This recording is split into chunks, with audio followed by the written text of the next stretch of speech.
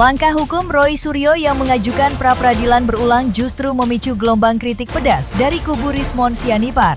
Melalui serangkaian pernyataan menohok, Rismon bersama tim hukumnya melontarkan sedikitnya 5 sindiran telak yang menilai manuver pra-peradilan tersebut bukan hanya keliru secara hukum, tetapi berpotensi menjadi petaka bagi posisi Roy Suryo sendiri.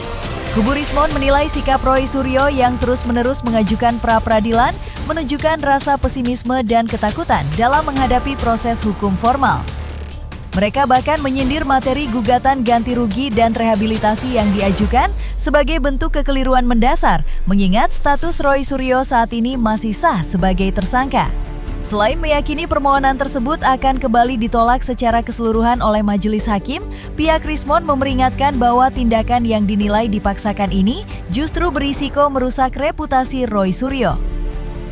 Di sisi lain, Rismon menegaskan kesiapannya untuk hadir langsung di persidangan guna mematahkan seluruh klaim terkait perselisihan kasus ijazah palsu Jokowi. Inilah 5 poin sindiran kubu Rismon Sianipar terhadap Roy Suryo.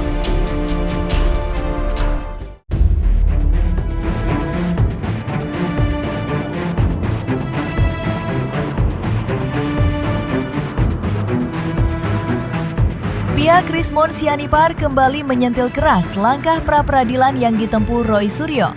Rismon menilai, dari gestur dan ekspresi yang ditunjukkan, Roy Suryo sebenarnya sudah sangat pesimis dan kehilangan arah dalam menghadapi proses hukum ini. Menurut Rismon, situasi Roy Suryo kian sulit karena terpengaruh masukan tim hukumnya yang dinilai kurang tepat. Mengingat persidangan pokok perkara nantinya akan berhadapan dengan puluhan ahli digital forensik, Rismon yang siap hadir sebagai saksi menegaskan bahwa kasus ini harus dibuktikan secara ilmiah, bukan manuver politik. Alih-alih terus memaksakan pra-peradilan yang dinilai sia-sia, Rismon menyarankan Roy Suryo untuk mengambil langkah bijak, mengakui kekeliruan, dan segera meminta maaf. Saya kira mereka sendiri pun sudah pesimis lah dengan hasil pra-peradilan kedua dinyatakan hakim bahwa tersangka Roy Suryo itu tetap sah.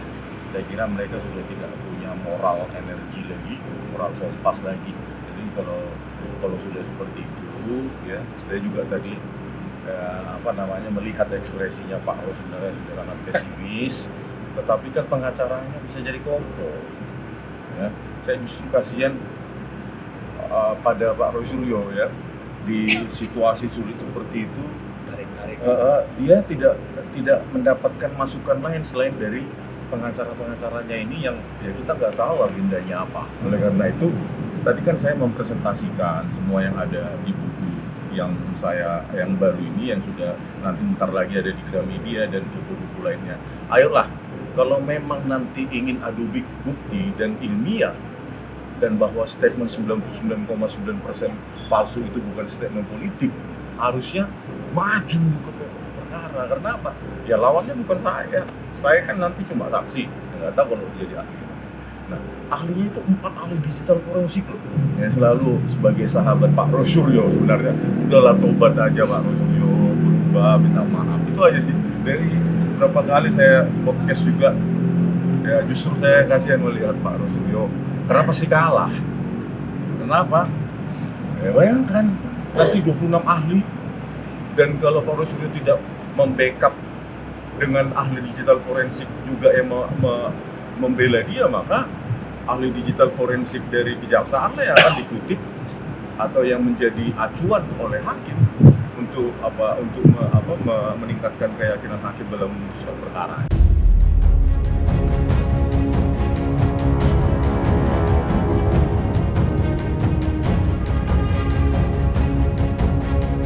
Kubu Rismon Sianipar melalui praktisi hukum, Jamada Girsang menolak keras tuntutan ganti rugi dan rehabilitasi nama baik yang diajukan pihak Roy Suryo dalam permohonan pra-peradilannya.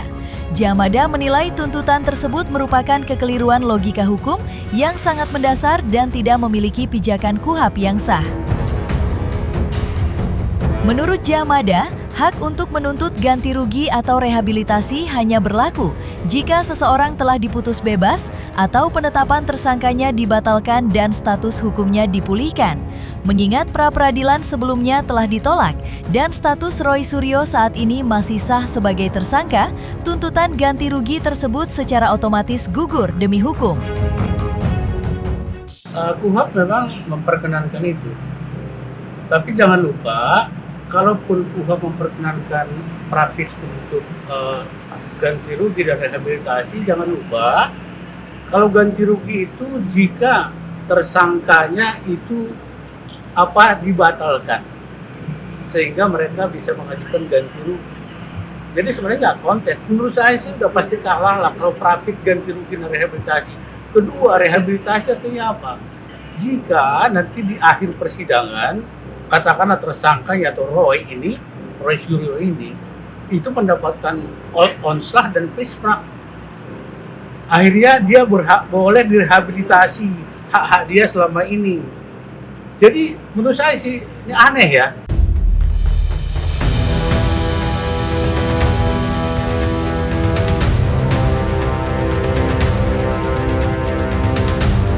Kubu Rismon Sianipar melontarkan kritikan pedas yang menohok langsung ke arah tim penasihat hukum Roy Suryo.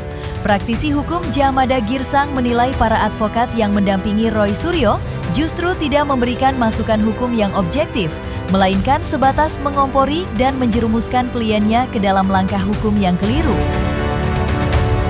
Jamada membeberkan bahwa para penasihat hukum Roy Suryo sebenarnya memahami aturan KUHP secara terbuka, namun mereka dinilai tetap memaksakan narasi ganti rugi dan rehabilitasi, padahal status Roy Suryo saat ini masih sah sebagai tersangka setelah pra-peradilan sebelumnya ditolak.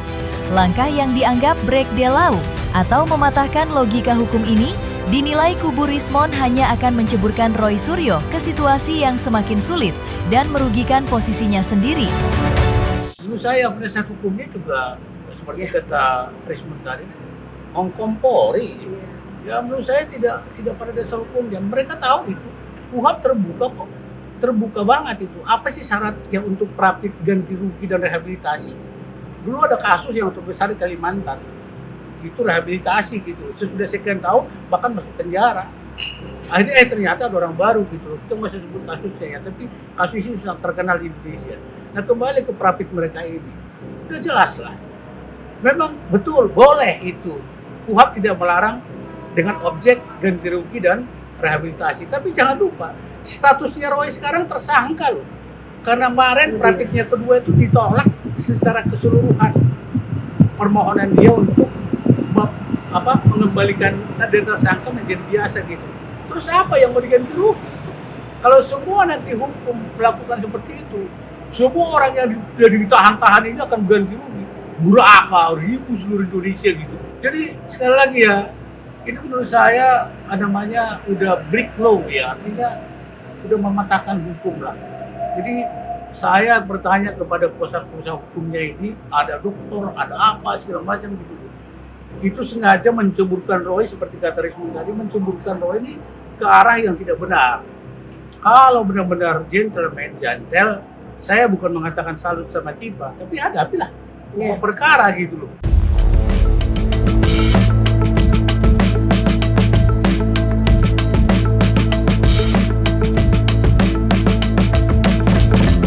Rismon Sianipar melayangkan peringatan keras terkait manuver hukum Roy Suryo yang kembali mengajukan gugatan pra-peradilan. Langkah tersebut dinilai bukan sekadar sia-sia, melainkan berpotensi besar membawa dampak buruk dan menjadi bumerang bagi posisi hukum Roy Suryo sendiri. Alih-alih memulihkan nama baik, manuver yang dinilai tidak berdasar hukum ini justru dikhawatirkan akan makin menyudutkan posisi Roy Suryo ketika persidangan pokok perkara adu bukti ilmiah nantinya resmi digelar.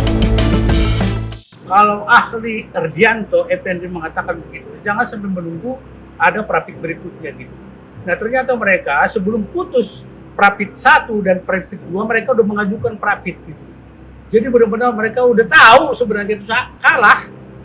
Dan itu etikat baik. Dan jangan lupa, jika masuk nanti ke pokok perkara, dalam KUHP yang baru, nanti kalau di pokok perkara kan KUHP yang baru berlaku, ada pengamatan hakim. Saya selalu mengingatkan ini. Hakim akan mengamati, jika Anda nanti masuk ke saya, ke pokok perkara, lihatlah apa hukumannya. Menurut saya itu merugikan Roy gitu. Merugikan secara pribadi ya. Oleh karena itu marilah kita penegak hukum, saya juga pengacara, penegak hukum, mari sama-sama kita membawa kalian kita tuh kemana gitu. Problem solving atau case, treat case by case. Jadi kalaupun masuk itu permohonannya kita sudah masuk, bahkan sudah mau sidang katanya tadi ya. Aduh, ampun deh. Anak case juga tahu itu akal kalah.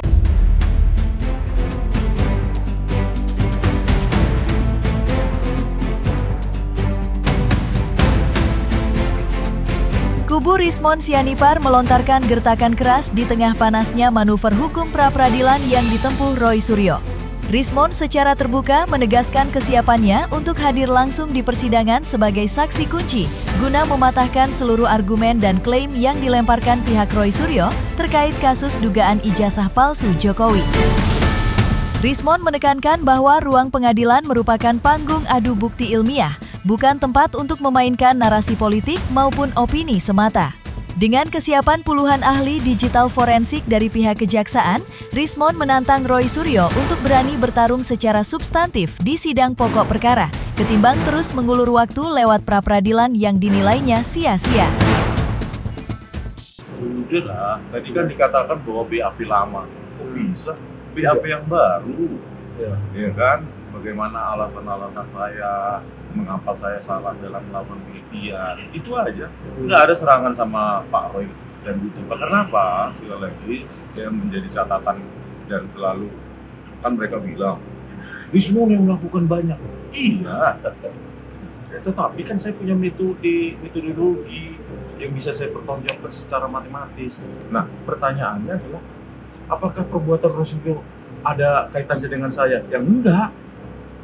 Dia melakukannya sendiri dan saya tidak tahu apa metodenya dan kapan dan di mana dia melakukannya. Begitu juga dengan Bu Tifa, sendiri-sendiri. Jadi mempertanggungjawabkan perbuatannya sendiri, nggak ada kaitannya dengan saya. Kenapa tadi buku JWP itu, Bu? Itu adalah kompilasi, bukan kolaborasi. Kompilasi tulisan masing-masing dan perbuatan masing-masing. Pasti kita pengen ekspresi mengedepankan estetika. jelas tadi mendengarkan